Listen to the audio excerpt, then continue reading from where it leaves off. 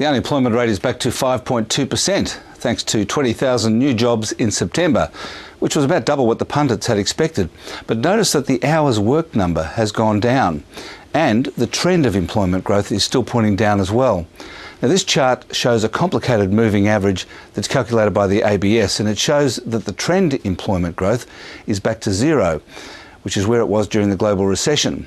Part-time employment is growing, but that's being offset by a decline in full-time jobs, which is what happened in 2009.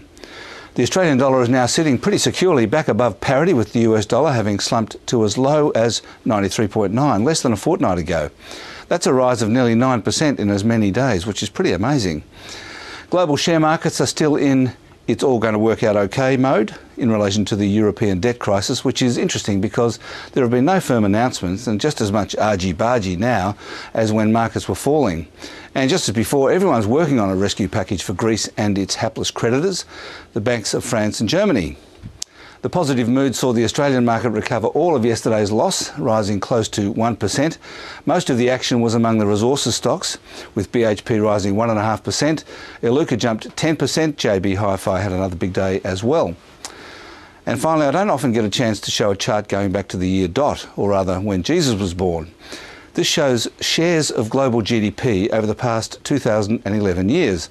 And the point is that China and India are re-emerging, not emerging.